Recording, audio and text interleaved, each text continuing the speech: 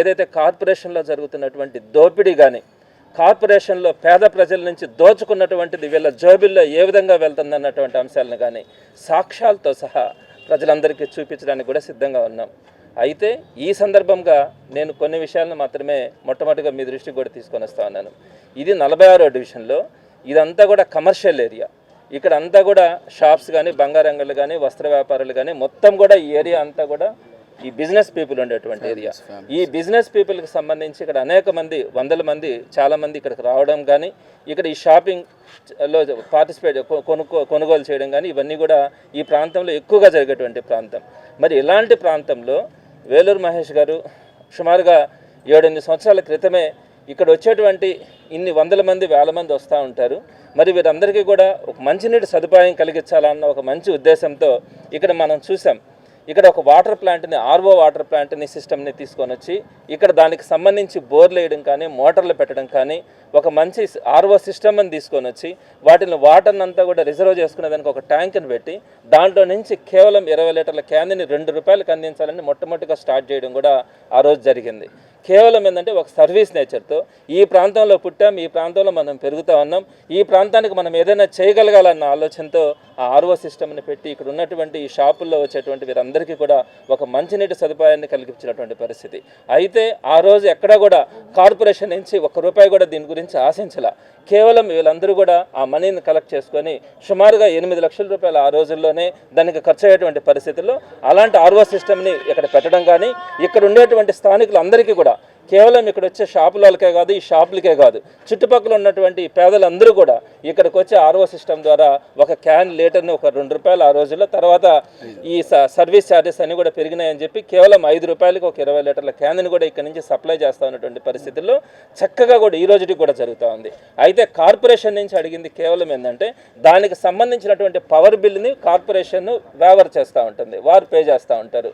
మిగిలినటువంటి మెయింటెనెన్స్ అంతా కూడా వీరే బరాయిస్తూ ఆ ఆర్ఓ సిస్టమ్ని ఈ కంప్లీట్గా దీనంతా కూడా మెయింటైన్ చేస్తా సిస్టమేటిక్గా ఇక్కడ ఉన్నటువంటి చుట్టుపక్కల ఉన్నటువంటి ప్రతి ఒక్కరికి కూడా నీటిని అందించే కార్యక్రమం ఇక్కడి నుంచి జరుగుతూ ఉంది. ఇలాంటి మంచి కార్యక్రమాలు జరుగుతూ ఉన్నప్పుడు ఎవరైనా కూడా ప్రోత్సహించాలా. ఎక్కడ మనం చూస్తూ ఉన్నాం, రోడ్లో కూడా కాదు, ఒక సైడ్గా ఒక కార్పొరేషన్ ప్లేస్లో, చిన్న ప్లేస్లో 10 మందికి, ఈ చుట్టుపక్కల ఉన్నటువంటి 10 మందికి ఉపయోగపడాలన్న ఆలోచనతో దాన్ని స్టార్ట్ చేయడం కూడా జరిగింది. అయితే ఈ ప్రభుత్వం వచ్చిన తర్వాత కక్షపూరితంగా కుట్రతో అనేకమైనటువంటి వైఎస్ఆర్సీపీ నాయకుల మీద కానీ, కార్యకర్తల మీద కానీ చేస్తున్నటువంటి దౌర్జన్యాల్లో భాగంగా అక్కడ పెట్టినటువంటి దానికి ఈ ఎలక్ట్రిసిటీ ఛార్జెస్ అన్నది కార్పొరేషన్ మేము కట్టమని చెప్పి కూడా చెప్పడం జరిగింది. అయితే మేము కార్పొరేషన్కి వెళ్ళి కూడా కమిషనర్తో రిక్వెస్ట్ చేసినాం. ఏమని రిక్వెస్ట్ చేసినామంటే, సో ఇప్పటి వరకు మీరు ఏదైతే బిల్స్ ఉన్నాయో అంతవరకు పే చేసేయండి, ఇక్కడి నుంచి మేము పే చేసుకునైనా అక్కడ ఉండేటువంటి వాళ్ళందరూ కూడా పే చేసుకొని దాన్ని జరుపుకుంటారు. ఒకవేళ లేదు మేము అట్లా చేయమని అన్నారా, మీరైనా తీసేసుకోండి. సుమారుగా 8 నుంచి 10 లక్షల ఈరోజు ఖర్చు అయ్యేటువంటి పరిస్థితిలో ఆర్ఓ సిస్టమ్ని చక్కగా కూడా దాన్ని పెట్టడం జరిగింది. మీరైనా దాన్ని హ్యాండ్ ఓవర్ చేసుకొని దాన్ని మీ ద్వారానైనా కూడా ఇక్కడ ఉన్నటువంటి ప్రజలకి అక్కడ ఉన్నటువంటి వాటర్ని సప్లై చేయండి అని చెప్పి కమిషనర్ని నేరుగా వెళ్ళి కూడా రిక్వెస్ట్ చేస్తున్నాం. ఈ చేసిన తర్వాత కూడా ఎలాంటి పరిస్థితుల్లో కమిషనర్ ఏదైతే తెలుగుదేశం పార్టీ నాయకులు చెప్తా ఉంటారో దాన్ని తూచా తప్పకుండా పాటించేటువంటి ఈ కమిషనర్ ఎక్కడా కూడా దానికి తెలుగుదేశం పార్టీ ఒక కార్యకర్తగానే ఆయన ఫీల్ అవుతూ ఉంటాడు. ఎక్కడా కూడా దాని గురించి ఆలోచించినటువంటి పరిస్థితులే.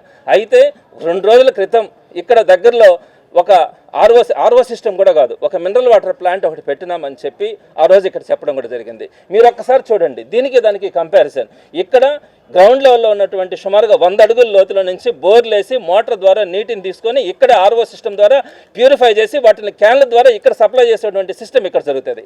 అక్కడేం జరుగుతూ ఉంది, ఎక్కడో ప్యూరిఫై చేస్తారంట, అసలు ప్యూరిఫై చేస్తారో లేదో కూడా తెలియదు. ఒక ట్యాంకర్ ద్వారా నీళ్ళు తీసుకొని వచ్చి అక్కడ పెట్టి వాటిని అందరికీ కూడా 20 లీటర్ల క్యాన్ని వాళ్ళు ఏదో ₹2 ₹5 ఎంతకో పెట్టుకొని వాళ్ళు ఇచ్చేటువంటి పరిస్థితి. దాన్ని అక్కడ ప్యూరిఫై చేస్తా ఉన్నారో లేదో కూడా తెలియదు. అది పెట్టి ఇమీడియట్గా నిన్నటి రోజున అర్ధాంతరంగా జేసీబీని తీసుకొచ్చి దాన్ని పగలగొట్టేటువంటి పరిస్థితి. ఎక్కడ కూడా మేము చెప్పినాం సుమారుగా 8 నుంచి 10 లక్షల కదా. ఆ రోజు కూడా ప్రజలకు ఉపయోగపడాలన్న ఉద్దేశంతో ఆర్ఓ సిస్టమ్ని ఇక్కడ ఉన్నటువంటి స్థానిక ప్రజలకి, పేదవాళ్ళకి ఉపయోగపడాలన్న ఆలోచనతో దాన్ని పెట్టడం కూడా జరిగింది. అది మాకు ఎక్కడ కూడా లాభాపేక్ష కాదు. మీరు కార్పొరేషన్ తరఫున కావాలంటే అది కార్పొరేషన్ చిన్న ప్లేసే కదా, మీరు దాన్ని హ్యాండ్ ఓవర్ చేసుకొని జరపమంటే మీరు కొత్తగా మున్సిపాలిటీ దగ్గర పేదవాళ్ళ దగ్గర గొంతులు బిసికి డబ్బులు తీసుకొని అక్కడ ఏదో ఒక ఆర్ఓ మినరల్ వాటర్ని మేము ఇస్తామని చెప్పి ఇక్కడ తీసుకొని వచ్చి జేసీబీతో దీన్నంతా కూడా పగలగొట్టేసినటువంటి పరిస్థితి నేను చూస్తూ ఉన్నాను. ఏంటి అహంకారం? మీరు చేస్తున్నటువంటి ఎన్ని రకాలుగా దోపిడీ జరుగుతూ ఉందో మీరు గమనించండి ఒక్కసారి. ఎక్కడెక్కడ అయితే ఇల్లు ఖాళీ ప్లేసెస్ ఉన్నాయో, ఇల్లు ఉన్నాయో, పేద గుడిసెలు ఉన్నాయో వాటన్నిటికీ కూడా ప్రాపర్టీ ట్యాక్స్ కొన్ని దశాబ్దాలుగా అసలు ట్యాప్ అయితే వాళ్ళ దగ్గర ఉండదు. 10 సంవత్సరాల నుంచి 15 సంవత్సరాల క్రితం ఎప్పుడు అప్లై చేసుకొని ఉంటారు. అప్పటి నుంచి ఇప్పుడు దాకా వాళ్ళు మున్సిపల్ ట్యాక్సులు కానీ వాటర్ ట్యాక్సులు కానీ ఇవన్నీ కూడా పే చేయమని సుమారుగా ఒక్కొక్క పేదంటికి 20,000 30,000 రూపాయలు ఇచ్చి వాళ్ళందరినీ కూడా కోర్టుకు తిప్పేటువంటి పరిస్థితి ఈ ప్రభుత్వంలో ఈ నారాయణ గారు తప్ప ఇంకెక్కడ కూడా ఎటువంటి పరిస్థితుల్లో జరిగేటువంటి పరిస్థితి ఉండదు. మీరు గుడిసెల్లో తీసుకోండి, 20,000 రూపాయలు 30,000 రూపాయలు వాటర్ ట్యాక్స్ అని, అదేవిధంగా వాటికి సంబంధించి ఎప్పుడో 10-15 సంవత్సరాల నుంచి ప్రాపర్టీ ట్యాక్స్లు అని చెప్పి కట్టించుకున్నటువంటి పరిస్థితి. ఇటువంటి దుర్మార్గమైనటువంటి పరిపాలన ఎక్కడ ఉండదు. 100 కోట్ల రూపాయలను వాళ్ళ కాంట్రాక్టులకి ఎవరైతే వాళ్ళ దగ్గర కార్యకర్తలుగా తెలుగుదేశం పార్టీ కండువా కప్పుకొని వాళ్ళ దగ్గర చేరతారో వాళ్ళకి కోట్ల రూపాయలు కాంట్రాక్టులు ఇవ్వడానికి ఈరోజు రోడ్లు వేసినట్టు తవ్వడం, మళ్ళీ రోడ్లను ఇవ్వడం. ఇదే కార్యక్రమం. దోమల గురించి కానీ, ట్రాక్టర్లు పెట్టిన దాని గురించి కానీ, అదేవిధంగా స్వీపింగ్ మిషన్స్ కానీ, ఫాగింగ్ మిషన్స్ కానీ ప్రతి ఒక్క దాంట్లో కూడా కోట్ల రూపాయల కుంభకోణం నెల్లూరులో తప్ప ఇంకెక్కడ కూడా జరగట్లా. ఇంతటి అవినీతి ఈరోజు ఇక్కడ జరుగుతూ ఉంది. ఎందుకు జరుగుతూ ఉంది? ఒక పక్క పేదవాళ్ళ నుంచి వేలకు లక్షల ట్యాక్సులు కలెక్ట్ చేసి మీ కాంట్రాక్టర్లకి ఇక్కడ ఉన్నటువంటి మీ దగ్గర పచ్చకండ వాళ్ళు కప్పుకున్న వాళ్ళకి మాత్రం మీరు కాంట్రాక్టులు వాళ్ళ ఉద్దేశంతో ఈరోజు ఆ కొన్ని కోట్ల రూపాయలను తీసుకొని వచ్చి మీరు ఖర్చు పెట్టడం. ఇక్కడ చూస్తే ప్రజలకు ఉపయోగపడేటువంటి పనులు వైఎస్ఆర్సీపీ ఎప్పుడు కూడా ఒక న్యాయబద్ధంగా చేసేటువంటి పనుల్ని మీరు దుర్మార్గంగా ఇక్కడ అదేమంటే అక్కడ ఉన్నటువంటి 50 సంవత్సరాల గోడ మీరు అందరూ కూడా చూస్తుంటారు. ఆ ప్లేస్కి ఈ ప్లేస్కి హైట్లో కూడా డిఫరెన్స్ ఉంది. ఆ గోడను పగలగొట్టారు. దీన్ని ఎందుకు పగలగొట్టారు అంటే మేము ఇక్కడ పార్క్ కడతామని చెప్తున్నారంట. ఒక్కసారి ఆలోచించండి. ఈ షాపింగ్ కాంప్లెక్స్లు ఇక్కడ ఇంత ఉన్నప్పుడు ఈ ప్లేస్ని అందరూ కూడా కోరుకుంటున్నది ఏంటంటే ఇక్కడ ఒక పార్కింగ్ ఏరియా క్రియేట్ చేయండి, కావాలంటే పెయిడ్ పార్కింగ్ అయినా పెట్టండి, 10 రూపాయలు 5 రూపాయలు ఏదో డబ్బులు తీసుకొనైనా కూడా పార్కింగ్ ప్లేస్ కనుక ఇక్కడ కనుక మీరు చేస్తే ఈ ప్రజలందరికీ కూడా ఉపయోగపడుతుంది. వాటర్ ప్లాంట్ కూడా అక్కడ ఉంటే అందరికీ కూడా ఉపయోగపడుతుంది అని చెప్తే లేదని చెప్పి వీటన్నిటి కూడా పగలగొట్టి అక్కడ ఉన్నటువంటి గోడను పగలగొట్టి అక్కడ సుమారుగా 5 అడుగులు లేపితే ఆ చుట్టుపక్కల ఉన్నటువంటి పేదవాళ్ళందరూ పోవడానికి కూడా కష్టమైపోతుంది. వర్షాలు కనుక పడితే ఆ ఏరియా అంతా కూడా మునిగిపోయేటువంటి పరిస్థితి ఏర్పడుతుంది. ఇట్లాంటి పరిస్థితుల్లో ఎక్కడ పార్కు పెడతామని చెప్తే ఇంతకంటే దుర్మార్గం ఎక్కడైనా ఉంటుందా? ఒకసారి ఆలోచించండి. నేను రాబోయే రోజుల్లో నేను నాకు ఏదైతే చెప్పినానో, ఏ విధంగా అయితే కోట్ల రూపాయల కుంభకోణాలు జరుగుతున్నాయన్నానో నేను ఆధారాలతో సహా నేను రాబోయే రోజుల్లో కూడా చూపిస్తాను. ఎందుకు ఈ దుర్మార్గం? ఎందుకు ఈ విధంగా కొట్టేస్తారు? ఎక్కడ మీకు ఎవరిచ్చినారు? ఒక పక్క చూస్తే అక్కడ జాఫర్ సాబికానాలను నాశనం చేసి పారేస్తున్నారు. అక్కడ షాపులు పెట్టి వాళ్ళు బతికేటువంటి పరిస్థితి లేదు. అక్కడ ఎక్కడ కూడా ట్రాఫిక్ కానీ అన్ని రకాలుగా కూడా అక్కడ ఇబ్బంది పడే పరిస్థితి. అదేవిధంగా ఇప్పుడు మళ్ళీ వాళ్ళ చూపు ఆ సర్వేపల్లి కెనాల్ పక్కన పడింది. ఆ సర్వేపల్లి కెనాల్ పక్కన శుద్ధంగా అక్కడ ఉన్నటువంటి ఫ్లైఓవర్ కానీ అక్కడ మనం ఎక్స్టెండ్ చేసినటువంటి రోడ్స్ కానీ ఉంటే అక్కడ కళ్ళు పడి అక్కడ సుమారుగా 200 షాపులు పెట్టడానికి సుమారుగా 8 కోట్ల రూపాయలని మొన్న ఈ మధ్యన రిలీజ్ చేయించుకున్నటువంటి పరిస్థితి. మీ ఇష్ట ప్రకారం కోట్ల రూపాయలని కార్పొరేషన్ నిధులను ఖర్చు పెట్టడం, పేద ప్రజల పేరుతో మీ కార్యకర్తలకి మీ దగ్గర పనిచేస్తున్నటువంటి ఎంప్లాయీస్కి ఇవ్వడం, ఇటువంటి దుర్మార్గమైనటువంటి పరిపాలన. ఇవన్నీ పక్కన పెడితే పేదవాళ్ళంటే అత్యంత చులకన అయిపోయింది. ఎక్కడ పెడితే వాళ్ళు మాట్లాడలేరని చెప్పి మీరు డెవలప్మెంట్ పేరుతో ఈ పేదవాళ్ళ గుడిసెలను కానీ పేదవాళ్ళకు సంబంధించినటువంటి ఆస్తులను కానీ ధ్వంసం చేసేటువంటి పరిస్థితి. మీరు గత ప్రభుత్వాలు ఎప్పుడైనా తీసుకోండి, నెల్లూరులో ఎప్పుడు కూడా విధ్వంసం చేసినటువంటి పరిస్థితుల పొగతోటలో తీసుకుంటే హాస్పిటల్స్ని నిట్ట నిలువున కూల్చేసినటువంటి పరిస్థితి ఉంది. పేదవాళ్ళని తీసుకుంటే అక్కడ 50వ డివిజన్లో కానీ 52వ డివిజన్లో కానీ అక్కడ పేదవాళ్ళని కూల్చేసే పరిస్థితి ఉంది. అదేవిధంగా కాలువ కట్ల పేర్ల మీద మీ కాంట్రాక్టర్లకు ఇచ్చుకోవడానికి సుమారుగా 3,000 కుటుంబాలని మీరు నాశనం చేయాలని ప్రయత్నిస్తే వైఎస్ఆర్సీపీ పోరాటం చేసిన తర్వాత సుమారుగా ఈరోజు 500-600 కుటుంబాలని మేము అంతవరకు కన్ఫైన్ చేసి ఆ ఓట్లు లేకపోయినా అని చెప్పి వాటన్నింటి కూడా ధ్వంసం చేసేటువంటి పరిస్థితి. అవసరమైన దగ్గర మీరు తీసేయండి, సహకరిస్తాం.